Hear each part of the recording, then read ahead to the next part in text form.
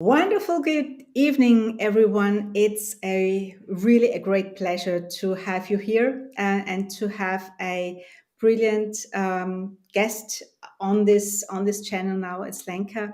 Lenka is a very experienced consultant in the digital transformation area.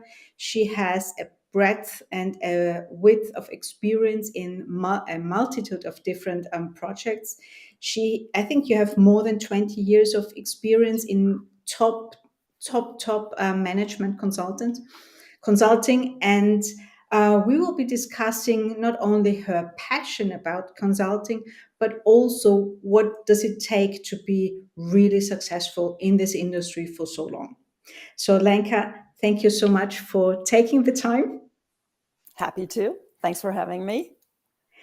And yeah, we've been talking about consulting, women in consulting for years, and we've also worked together a couple of years ago on a really brilliant client.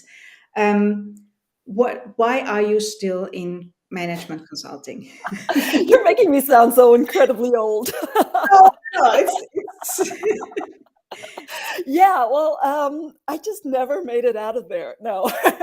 why? No. I mean, there must be somewhere some There passion is, for yeah, this industry. I mean, and thanks for asking that, because it's such a pleasure to be here, but it's also so healthy to actually, take a step back and reflect on that, because you're right. I have been in this business, in this trade for more than 20 years.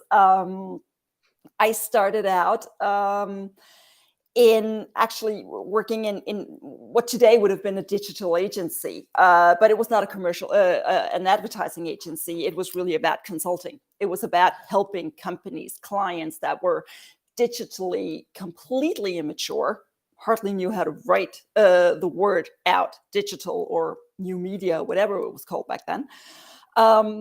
And it was about helping them understand the opportunities that digital would provide from a business point of view. So one of my first things I did as a consultant and an advisor was create the first digital strategy for the international BMW group. And this was back in 98-ish. It must have been 98 or 99. And we really went in there. I was 25, and I had the opportunity to go in there in the boardroom and tell the board that they were going to sell cars online. And being able to do something that, these brilliant business people, these older gentlemen, that they had no clue about, knowing something that they didn't know, but that they had to learn about, that they had to understand, that would be disrupting their business in one way or another, really just gave me that feeling of being able to make a difference. And summing it up, that's pretty much why I still do this. I have, like you, I have been lucky enough to be a bit of a pioneer in most of my projects, driving disruption, as you would have called it a couple of years ago. I've always preferred to call it an evolution, because we don't reinvent companies. We help them evolve. We help them build on their DNA, on their history, and we help them become relevant again, or stay relevant. And being able to make that tangible difference and open eyes and open minds and hearts along the way, that is, what makes me so passionate about this. And you're absolutely right. I work across industries. Never wanted to be a specialist in one industry. My specialism has always been opening those eyes and making those changes, those vital, sustainable business changes, combining digital leadership and, of course, commercial business development. And since there are still so many opportunities out there, since I have been able to evolve with the market, with the companies I work with, there's still a lot to be done. And that always being at the forefront of this, being able to push clients in the best way for that particular client is an incredible feeling, and it's a humbling feeling as well. So it gives me a lot. It gives me just as much as I give. I seeing that I can, work with top management and, your normal middle management, but also your customer service agent.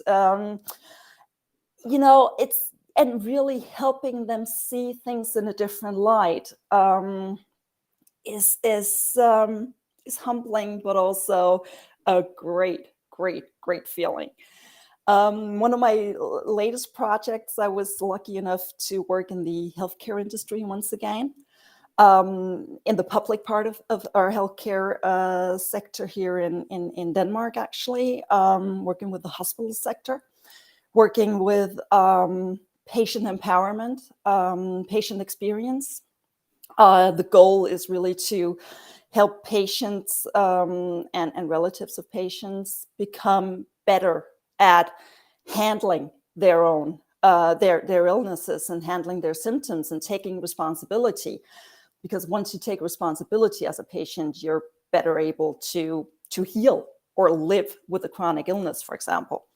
So I was lucky enough to be able to work on a patient experience and patient empowerment strategy, really for digital health M health in this hospital sector in Denmark, and being able to improve something that is critical infrastructure for all of us.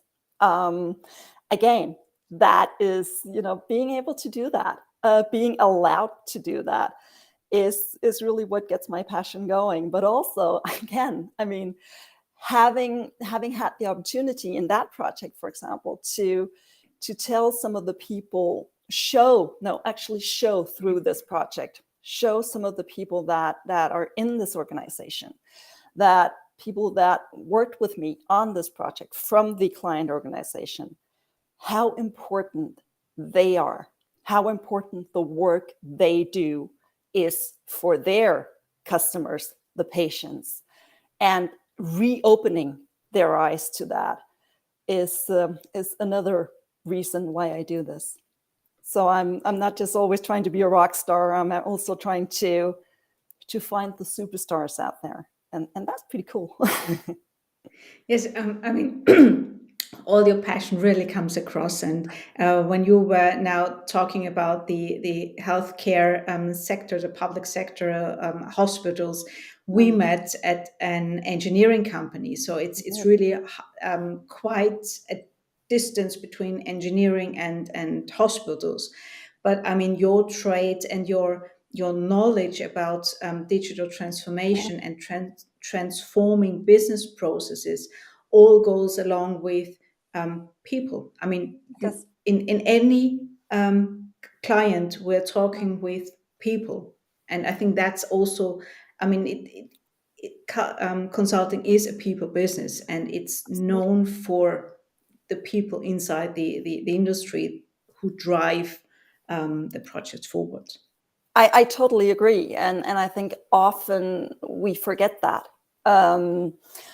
I don't think you forget it. I try not to forget it, because that has always been our focus. But I think many consultants, unfortunately, are put in a situation where they tend to forget that this is not just about numbers. This is not about the processes you put on the whiteboard. This is not about anything or everything tangible only. It's actually just about people and nothing else. All in all, it's about people. It's always about people. That is your prime objective. Understand people, listen to people, show them a way, and make people superstars. Make them achieve their potential. And we always talk about organizations as this, as if an organization is really the answer, the company, the organization. An organization is really just a legal entity with a brand name. What really makes the value of a company, that's people. And if you Yeah, don't get the people to follow you, if you don't show the people the value of who they are, and if it doesn't come from the heart of the organization, you cannot drive that kind of change. And I think as a management consultant, we often need to be better at taking a step back and understanding and reminding ourselves that this is about people.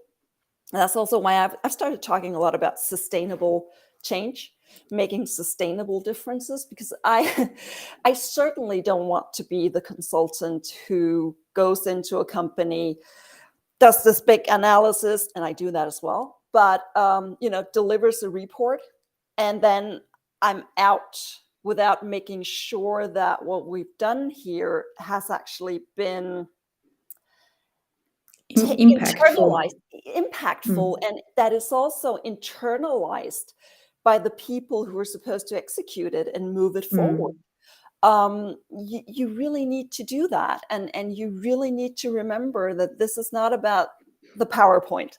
This is not about just top executive management thinking, wow, this was cool, now I got the answers. This is really about everybody.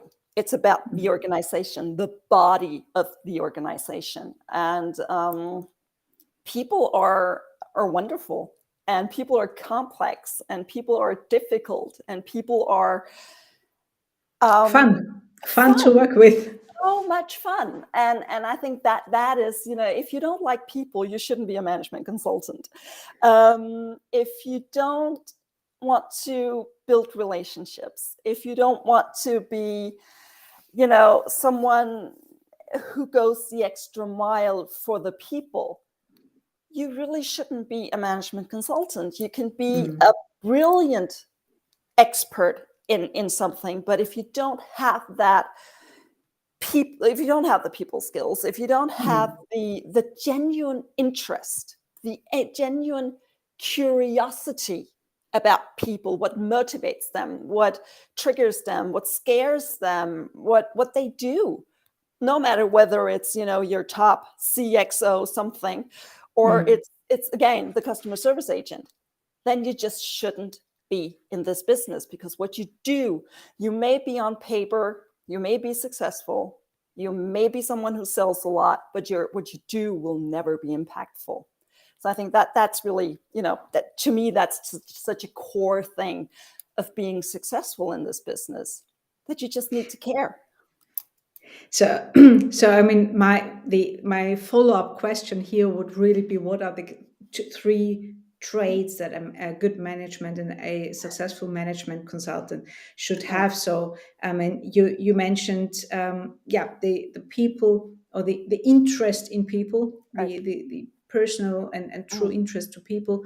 What else? What else would you say is essential to being successful, not only in your first 3 or 5 years in management consulting, but if you want to drive also in for 10, 15 years Yeah. in management consulting? Well, I mean, setting aside that, of course, you need to be a great analyst. Of course, you need to be good at selling. Let's be frank. You need to be good at the business development if you want to be in this business for a long time. Setting aside that you need to have a brand, a personal brand based on your skills, your straight up capabilities that you bring to the table. So what your expertise, your specialism. But to me, there are really three main categories that I want to put this into. Namely, you started out talking about passion, and passion really is one of those key traits. Again, I said it before, care, but also show your client, show the people in your client organization that you care. And sometimes, if you're as passionate as you and I are, you will probably care a little too much. And you will probably end up caring a little more and be a little more passionate about the project, or even the client's business than some of the people you work with in the client organization. But that's okay. You need to show that you care. You need to really feel that you care. Then, and this is going to sound like, the typical, oh, she's a woman, but empathy. Because empathy goes hand in hand with to me, the most significant trait you need to have as a management consultant, namely being able to listen. Now, when I started out, and I think it happened to most of us, but unfortunately, I see it in some management consultants my age as well. There is always this urge to go in there and perform, to show I have the answer, right? You hired me, you pay a high hourly rate for me. I have the answer. I need to prove that. No, you're here to listen. And then when you listen, you need to listen some more. And then you reflect, and then you engage some more. And by the way, then you listen again. And then you're able to give honest and sound advice. But most of all, start out with being there to listen. And that, even if you're a junior, you listen. If you're mature, if you're, a experienced professional, you listen. If you're a partner, you listen. That is your main thing. Be able to listen, and then transfer that into sound advice. So that's the passion part, but there's also integrity. Management consulting can have a bit of a reputation. We go in there, we make a lot of money, we're expensive, we do that thing with the PowerPoint and then we're out. But actually, integrity is the thing that will make your clients hire you again. And it gets more and more important. Also, as we see a shift in our industry from the big 3 to 5, owning basically all clients, to more and more clients shifting towards having a focus on smaller consultancies that have an particular expertise, but also have the personalities, the people they trust. And integrity goes hand in hand with being a trusted advisor. Now, what is integrity? It's about being open. It's about being honest. It's about bringing your personality and your experience to the table, but never trying to be something you're not. But it's also about telling the truth, and having the courage to tell the truth and basically speak truth to power, really, and say no sometimes. And let me just jump on this, because I think I would like to emphasize this a bit more. When you said speaking up, also saying no, saying the truth, and having the courage to say no, also to C-level. Because what I experience also a lot in management consulting is, you're serving a client, you're serving, but you're not a slave. So, Oh, yeah. and becoming or being a trustful advisor and trustful partner on eye level, on the same level as the client, also is necessary to lead the client. I'm a leader for the client, and I also have to set boundaries and put conflicts on the table. And I think that is something that is, in my view, in my area, absolutely necessary to be able to put conflicts on the table. They are only it's nothing bad. It's just different opinions. And I wanted to stress this, because for you it's natural to say, okay, it's natural to say no, and it's natural to put a conflict on the table. But I see it in so many other consultancies, and especially at junior level, where they're absolutely scared of putting conflicts on the table. Yeah, and again, I totally agree. And there is, I mean, our business, our industry can be dumb in some ways, sometimes, especially because there has been this culture of serving, of not allowing junior consultants to speak up, to say, hey, the emperor has no clothes. I mean, come on, what is going on here? But if we want to evolve, and if we want to become trusted advisors, and if we want our clients to hire us again and again, not just to do the same thing, but to evolve with them, then you need to face conflict head on. Conflict is as you rightly said, is an opportunity to grow together. It's not, and most people, come on, most people are afraid of conflict, unfortunately. But I think it's because we frame conflict the wrong way, as something negative, as something clashing. But, as I said, it's an opportunity to grow together. But the moment as a consultant, the moment you stop saying, hold on, the moment you stop asking that question, does this make sense? You're not worth the money clients pay for you, quite frankly.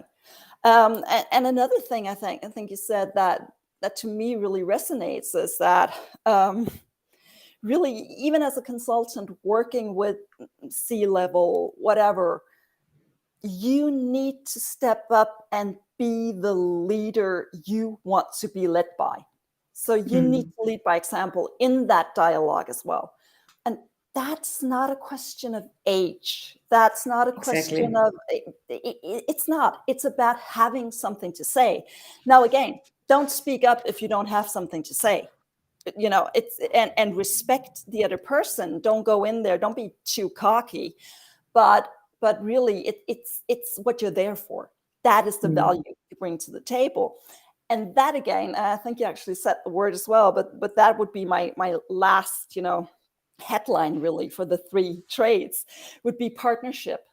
Remember that when you interact with a client, when you deliver for a client, it will never be successful if you see yourself as a servant, or if you see yourself as someone who goes in there, does a job the best you can because you're good at it, but then you move on. You have to consider this a partnership, an opportunity again to grow together. Eye level, you said it as well. Work hand in hand with clients. And again, that's another trend I'm seeing, actually, the whole intelligent sourcing part, that when we go in working with a client on projects, people like you and I will head a project, we will head a work stream, we will be that trusted advisor to someone in charge of a huge business. But we will also onboard people from the client organization and build capabilities within that client organization. And quite frankly, I mean, it does disrupt our business model, but it's a good thing. I don't want to be selling the same project to the same client again and again and again. I want to make them able to do this, what I did this time, to basically execute it themselves. And then they can please hire me for something else where we can grow together. But, being someone who actually goes into the client organization and sets a KPI, an example, but sets a KPI for yourself as well, saying, I want to make my client better. I want to help build skills and capabilities, is a beautiful thing. And I think that is really what makes can make a huge difference for you yourself, but most of all, of course, for your clients. So again, passion with all the underlying things, integrity, and of course, partnership. Yeah, absolutely. Yeah, I absolutely love those 3 elements, and I think for you and me is also the underlying. It's not, well, it's the 4th trait. It's curiosity, because we want to learn again and have something new again and again. So I think if we were forced to do the same project at the same client over and over and over and over and over again, we would not be happy and we would not be thriving. True. So I think And I totally agree. And I do hope that most junior consultants can see themselves in that way of thinking as well. Because if not, they're not going to stick around.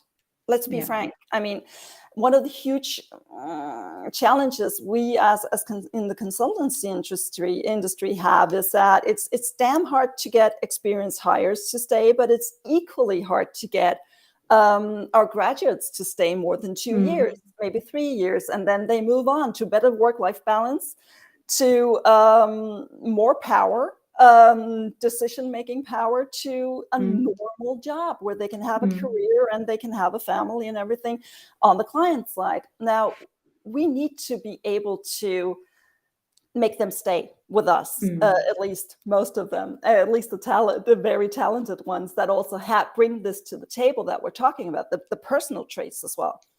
But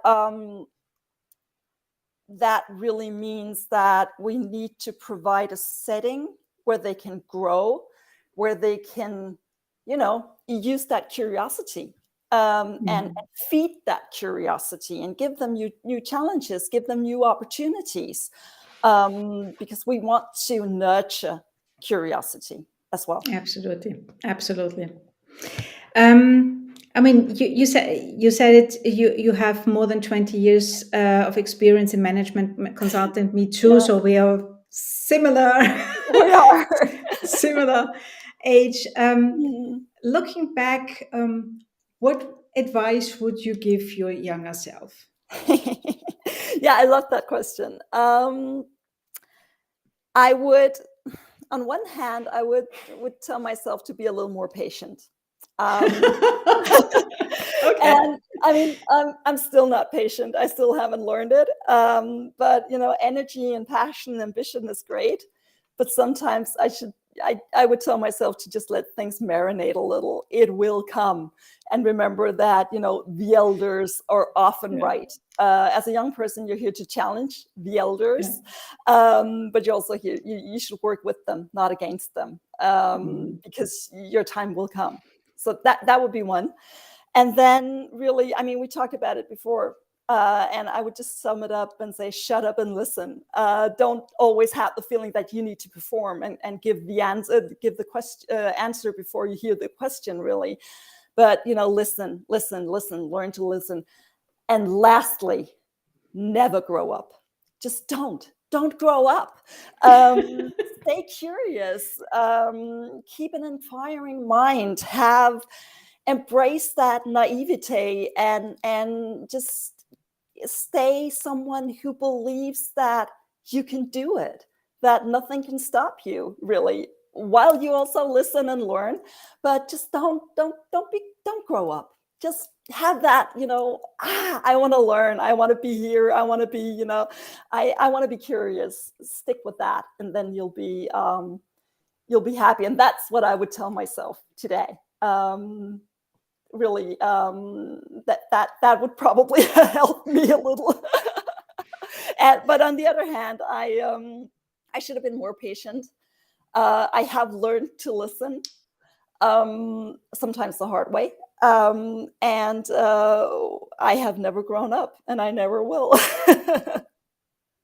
And I think that also really shows your energy that you bring to the table to the client. So I think you're just such a wonderful role model for not only for management consulting, but also for a very successful woman in management consulting. And I'm so honored to have you as a friend. I love working with you.